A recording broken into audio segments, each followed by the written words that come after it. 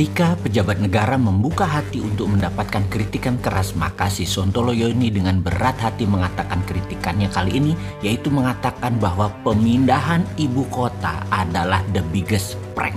Marah Pak? Enggak kan? Oke, ini jujur loh Pak. Pemindahan ibu kota ke Penajam sejauh ini itu masih halu. Sama seperti halunya Bosman akan kekuatan printing money adalah solusi ekonomi yang selama uang dicetak tadi adalah untuk sektor produksi. Dan saat ini Indonesia tidak ada sektor produksinya yang kompetitif untuk kelas dunia. Jadi printing money dengan kelolaan seperti para pejabat saat ini benar akan membuat inflasi karena memang geblek di dalam membangun industri. Kesel ya dibilang geblek? Oke, kita lanjut ya. Boleh ya, nggak kesel ya. Kita mundur sebentar ke tahun 1918 di mana Jerman kalah Perang Dunia Pertama yang membuat Jerman harus menanggung biaya perang negara pemenang Perang Dunia Pertama tersebut. Jerman saat itu dipermalukan. Ingat ya, tahun 1918.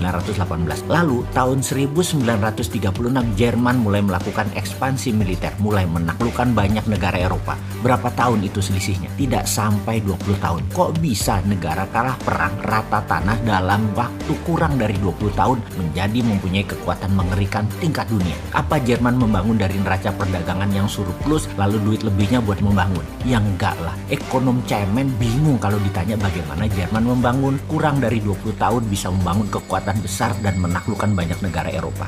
Maaf nih ya, sebutan ekonom cemen bikin kesel nggak? Katanya minta dikritik. Kita lanjut ya cerita Jermannya. Dalam pembelajaran awal New Economic Model, Profesor Michael Hudson pernah memulai cerita yang membuat kepala saya berputar kencang, atau dalam bahasa anak zilenial yaitu loading otak saya. Dia berkata, Jerman adalah negara kalah Perang Dunia Pertama di tahun 1918 dan harus menanggung beban membayar semua biaya perang kepada negara pemenang. Jerman rugi berlapis, Jerman dipermalukan, dan Jerman miskin. Tahun 1933 Jerman mulai bertaring, bahkan ketika Nazi berkuasa pada tahun 1936 Jerman menjadi negara superpower yang mengerikan. Bagaimana cara Jerman membangun negaranya dari sebuah negara kalah perang menjadi negara superpower hanya dalam 15 tahun? Maka dalam New Economic Model atau MMT, hal ini menjadi bahan diskusi panjang. Sekali lagi, saya hanya mengingatkan di sisi Amerika, di belahan bumi yang lain di tahun yang sama 1930-an, 1931 Amerika mengalami Great Depression. Ekonomi Amerika bubble dan pecah. Juga ekonomi dunia ambyar. Sungguh anomali yang terjadi.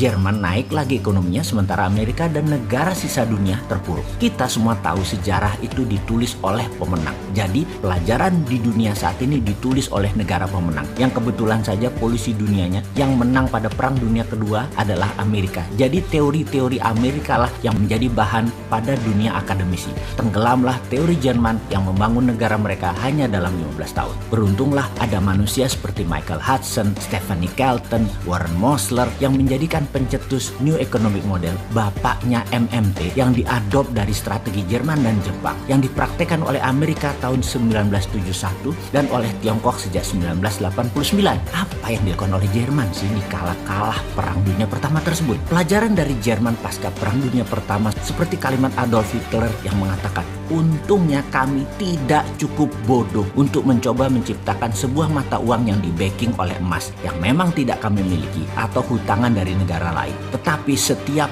mark yang kami cetak akan di-backing oleh pekerjaan dan barang yang nilainya setara. Kami tertawa saat ahli finansial internasional memandang bahwa nilai sebuah mata uang adalah tergantung pada emas dan sekuritas lain yang berada di ruang besi milik bank negara lain. Sekali lagi, kuncinya ya printing money berunderlying jaminannya produksi. Karena semua diproduksi oleh negara, itulah yang Jerman lakukan. Memproduksi alat perang. Sumber bahan bakunya negara bayar. Gaji pegawainya negara bayar. Urusan negara nanti mau dipakai atau mau dijual itu urusan Jerman. Pokoknya semua biaya produksi dibayar. Cost accounting Jerman kala itu detail sekali. Jerman bukan saja jago teknologi, namun juga jago finansial secara mumpuni. Kembali ke pembangunan ekonomi. Kekuatan untuk membangun ekonomi adalah platform bernegaranya. Lalu proyeknya dijalankan di atas platform tersebut. Jadi proyek di atas platform apa yang harus dibangun Indonesia? Terserah, mau meniru Jerman boleh, mau meniru Cina boleh. Meniru Jerman adalah membuat alat perang. Meniru Tiongkok adalah membuat alat produksi. Bagi kaum Sontoloyo,